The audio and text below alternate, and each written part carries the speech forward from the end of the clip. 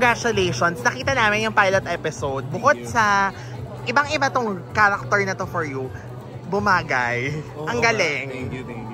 I'm happy na bagay siya kasi, well, yung sabi ni Miss Garlic talagang nung nag-isip sila ng character, ako na agad yung pumasok sa isip. So I guess nakita rin nila na kung paano talaga ako. Like kung nakita nila na nag-workout ako, na medyo playboy to, mga ganon.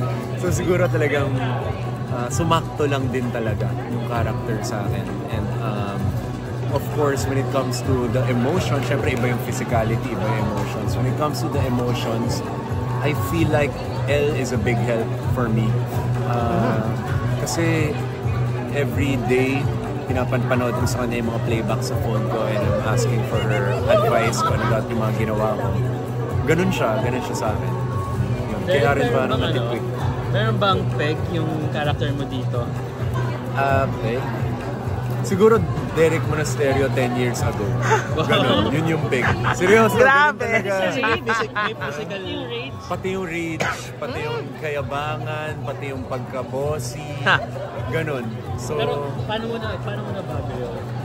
Because of Elle, yun talaga. Simula nung na-meet ko siya, nakita ko siya, complete 360 degrees. Iba na yung priorities ko, iba na yung love ko sa ginagawa ko. Tapos, iba na rin yung gusto kong paggastos, not the walang kwentang stuff, yung mga investments. Grabe naman ang ano kay Elle. Grabe. Sabi nga nila, di ba, ang gusto mong gumanda yung buhay mo, you only choose the one perfect partner for you. And I feeling ko siya yun. So yung mga salita mo, medyo malapit ka na ba sa... Oo nga. Sa stage ng planning ng ganyan? Pinaplano namin. Pinag-uusapan namin yan every time.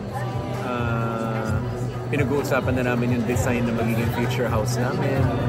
Lahat ng ilang aso gusto niya. Mga ganun ka-specific. Yeah. It's in the talk. Yeah. Pero ano yun yung... acting technique yung ginagamit sa ganyan. Ang bigat eh. Di ba parang... he's so bad. Yeah. Bigat sa dalhin. Yeah. Well... Actually, nagdadrive ako pa uwi, nanginginig pa rin ako. Tapos, ganun. Medyo hindi mo siya agad matatanggal. Pero, yun nga. Ano lang, pagka uwi ko sa bahay, like tatawagan ako si Elle. Tapos parang babalik na ako. Kakalma na ako. Siya talaga eh. Derek, how was it like shooting na nasunog scene? Oh, yeah. Kasi medyo nakakashock, parang first few seconds pa lang, yun agad yung nangyari. Sobrang init sa loob. My God, kasi nasa loob kami ng gym, na sarado yung gym eh, so inopen lang nila kasi mag-shoot kami. Tapos walang aircon, walang fan, madilim, with the lights. So nasa loob ako ng parang glass na sarado. So kailangan ko parang magwala, kunyari nasusunog ako. Siyempre wala naman totoong apoy, di ba? Correct.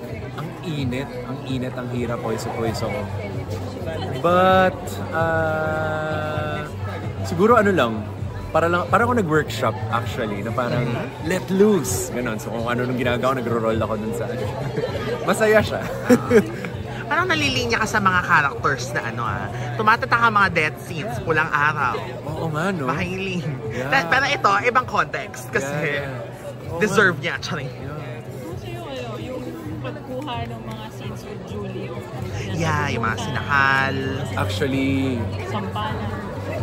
Kasi whenever I do a scene, pinapa-video ko sa assistant ko. So pag pinapanood ko siya, nakikita ko yung impact ng mga sabunod ko kay Julie, yung mga sakal ko kay Julie. Gumaganon talaga siya eh. Sin totoo eh. So ako parang may message ko hindi ko siya may message, pero like after the scene, sinasabi ko talaga sa kanya, sorry Jules, okay ka lang ba? Ganyan. Eh siya rin, siya, parang in the moment pa siya. So parang umiiyak pa siya, nanginginig pa siya. So, gano'n. Parang totoo siya, hindi pigil na totoo? Walang daya. Oo eh, walang daya. So sorry na lang talaga ako, yun na lang. Eh siya rin naman, yung mga sampal niya sa akin, ibigay mo na lahat 100%.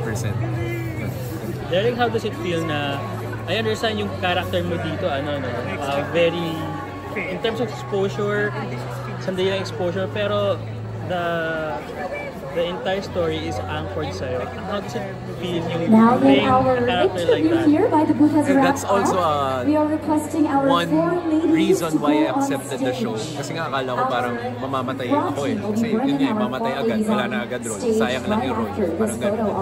Pero yun nga eh, parang sa akin naka-base. Sa'yo nakaikot Oo. lahat eh. So parang nakakatuwa, nakaka-proud din. And something different. May mga mga tweetums, mga Yeah. something different. Pero laking pasasalamat ko lang din talaga sa Now, kay Miss ladies, Garlic. keep it Grabe. what is it? Go ahead, one more. Sure. Oo nga, Not tapos, yet. Kakabalik ko lang kasi from out of the oo country. nga, dahil kayo ni El nag-ano. Yeah, so parang ang dami kong na-miss na tapings. Kagabi lang ako umuwi. So ngayon may jet lag pa ako. Pero week 6 na kami and I believe wala pa kami sa kalahati. Oh, wow. So, ibig sabihin, talagang yung character yung mabilis, pero ikaw, matagal ka din sa show because... Well, matagal may mga flashbacks. Pero not entirely kasi syempre real life eh, di ba? Present time eh. Pero may mga flashbacks. Kahit ikaw ba, hindi mo pa alam sino ang killer. Hindi sinasabi sa akin. Ang alam kong Okay, Diba? Wag na. Kilala kita. May mangyayari Correct, dito. correct, Kapag correct. ka, ano. Derek, hindi ka na-afraid because ang husay mo nga eh doon sa character. So there might be a chance na baka malinya ka sa mga ganitong klaseng role. You know what? Honestly, ang tumatakbo na sa isip ko ngayon is longevity for my career. I have to prove something that I haven't proven before. Yun na lang talaga. Parang basta gagalingan ko lahat ng ibibigay nilang project sa akin. If may mag-click doon, umangat. Gano'n naman yun usually. Yung mga iba na parang binibigyan ng role na hindi mo na-expect na magbo-boom sila. Parang gano'n na lang yung mentality ko na. I'm not aiming for the stars, but I do my best in everything. At saka nakaka-happy, Derek, kasi alam naman natin sa batch nyo, di ba, prevalent talaga yung comments na ano ba yan, ba't ganyan, o acting ganun, especially when you were Correct. starting. And Correct. parang the show has Correct. seen how you've improved so much from Pero where alam you mo, started. ever since yun talaga yung comment sa akin. Like even now, if you look at the IG of GMA, nung pinost nila yung view, parang sinasabi nila, bakit si Derek mga ganyan? Pwede naman iba na lang, di naman marunong umarte, mga ganun. So parang ano lang siya, parang feeling ko fuel ko din yun para mas lalong galingan. Makikita naman nila. Sana! Fuel, so you're the type na nagbabasa ng comments. How do you Lahat. handle that? I know, sabi mo fuel, pero you get affected. If I feel like I've done something good, hindi ako na-affect. Pero pag na-feel ko na parang hindi ko binigay yung best ko dito, doon ako na-affectuhan. Yan. Yeah. Lastly, ano pa yung aabangan sa'yo aside from Slay? Abangan nyo ako dyan sa kanto.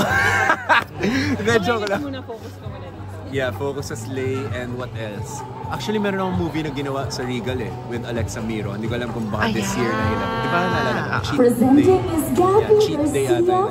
of course, as Emily. And if the executives ask you, anong dream role mo, sige, bigyan ka namin ng chance. Dream role? Siguro Dennis Trillo, Green Bones. Ganda nun.